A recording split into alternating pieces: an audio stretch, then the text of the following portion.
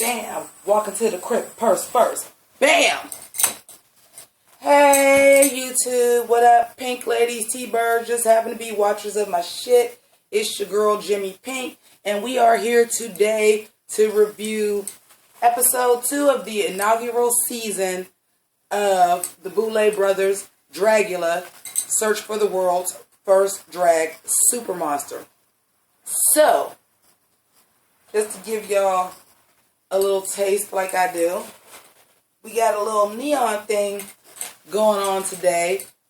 Show you my reject glasses, which is perfect because the winner of today's challenge won an all neon, baby, and I didn't even plan it. But anyway, I want to say to my subscribers, when I reviewed the first episode, a lot of you were like, I can't get with this. This is some devil demonic shit. Well, it's not. It's just another form of drag. And I think that a lot of you, if you give this episode a chance, it was much better edited. The subject matter, the main challenge in the floor show, was to embody 80s female wrestlers. So I think if you give this episode a chance, I think you'll really get into the series. So we start off, and Xander, who won last week, is talking about what the win means to her. And they're discussing their critiques, which, again, this is a 30-minute format, so we don't have all that drawn-out, stretched-out shit like we got on RuPaul's Drag Race. Like, we're getting to the point. I do like that they started off with the girls in the workroom so that we are starting to get to know them, so that we can start associating the names with the looks. Because like I said, these looks are out here. These are not pageant queens, per se. So, you know, outside of Ursula, who we'll get to later, who has a beard, we really kind of need to know them while they're getting dragged so that we can actually start identifying the names with the faces, because we don't have all the time with them like we do on RuPaul's Drag Race. Now, so they're talking about the bottom three and what they had to do for the extermination last week, where they got closed in coffins and had crickets and fake piss and shit and dirt thrown on top of closed coffins. What I do like about this, and it's like that on RuPaul's Drag Race. No, it's not. That's Project Runway. The girls don't know which one of the three are eliminated. Those girls, because when we start the episode, they're already halfway painted. Okay, they've already started.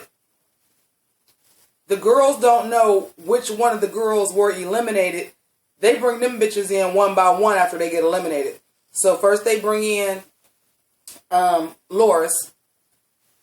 Then they bring in Meatball. And then it's like, oh, well, I guess we know Pinche is gone. That's a nice little twist. I like that the girls don't know who's eliminated.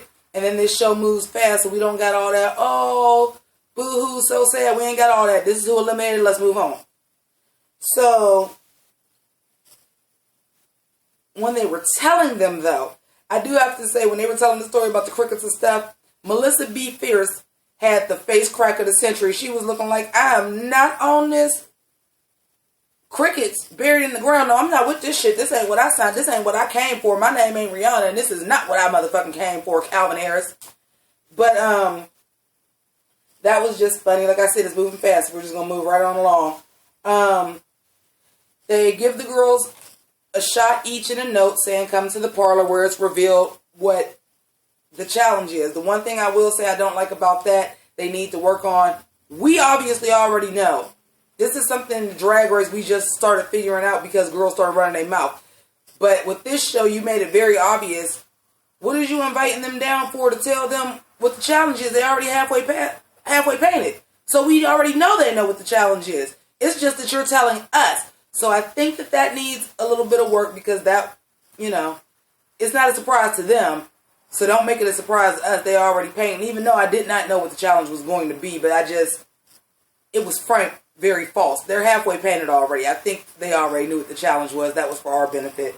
But it's female wrestlers. So Meatball's character is Meatball Supreme. She was giving me full Hulk Hogan realness. She was giving me 80s wrestler, like, she's a big queen. She's a size queen. So, that worked in her favor playing a female wrestler, Next we have Melissa B. Fierce as Kitty Cunt, which she had like the face mask, but it was all rhinestones, like it was actually on her face. That was pretty dope. I thought the rest of the character and the costume was basic as fuck. Foxy Ajui as the shit.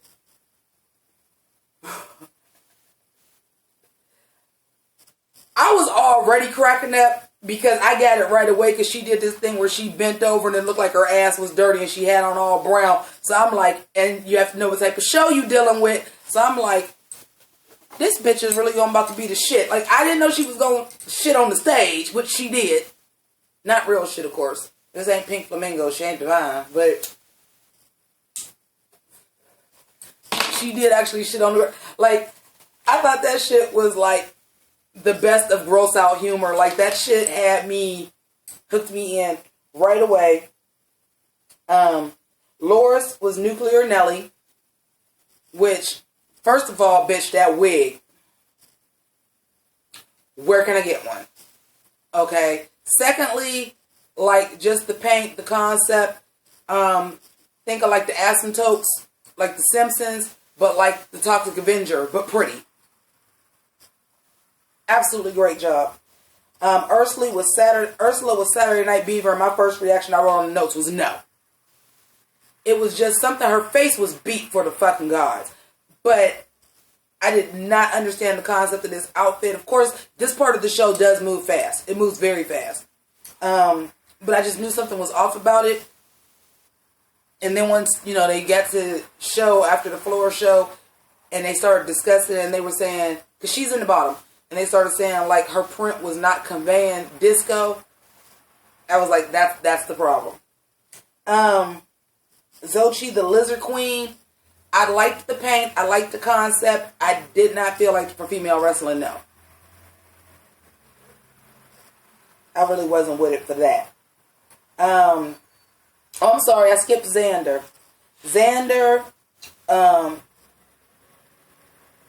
Matta Darling. I was living. And her performance in the show, she brought a blow-up doll and was wrestling with blow-up doll. Absolutely amazing. Frankie Doom as Pink Flamingo. My problem with that is, if you're going to have a name like Pink Flamingo as a wrestler, I'm going to need everything to be fucking pink. Because that's how they did it in the 80s. Like, that's how they did the wrestlers in the 80s. Like, you just had on, like, pink X's over your breastplate and a pink sheer thing over a black and white bodysuit. The wig had some pink in it, but it was mostly purple. You going to call yourself Pink Flamingo, I need feathers. I need a lot of pink. I need something that associates you with Flamingo. So my three favorites were Foxy, Loris, and Xander.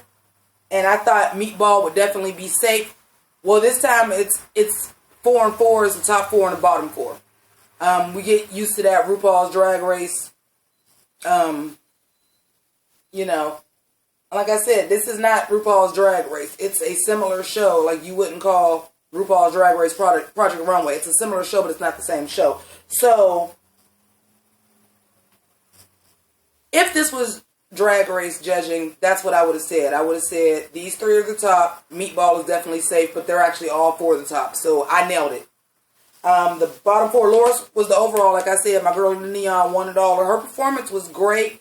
The way she came out, her reveal, like she had on a surgical mask, her reveal to see like the grotesque and like the ooze, because she like I said, Nuclear Nelly. So she was like kind of like a Toxic Avenger. So like she took the reveal off, and then the grill was like kind of fucked up, and like the ooze, like done.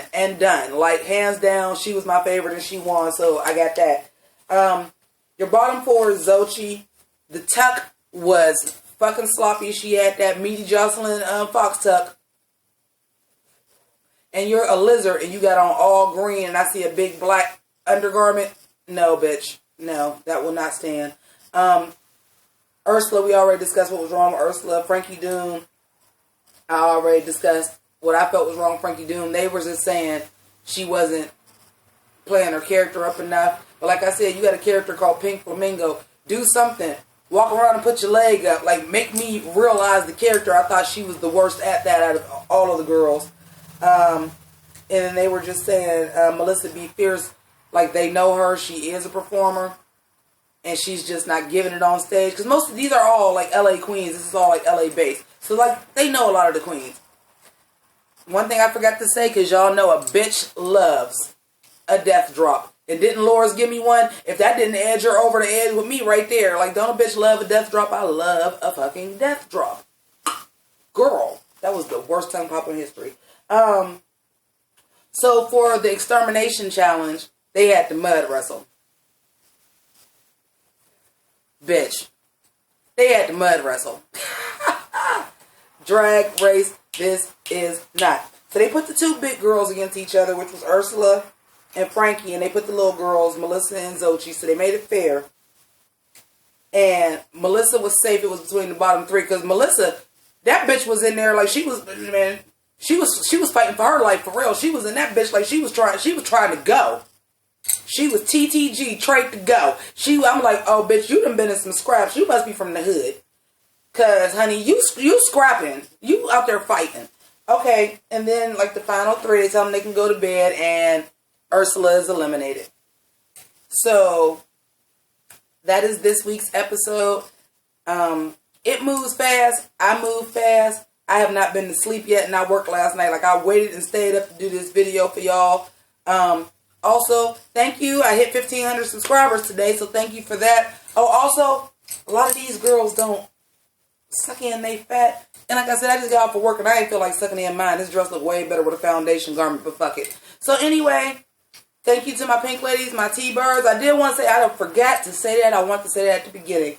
Shout outs to Hey Queen TV, who puts this show out, because I was tweeting about the show and that I was reviewing it, and they followed me and they retweet my tweets about the show. So thank you very much. Hey Queen, everybody involved, Gay Pimp, Johnny McGovern, Judge Lady Red, thank you.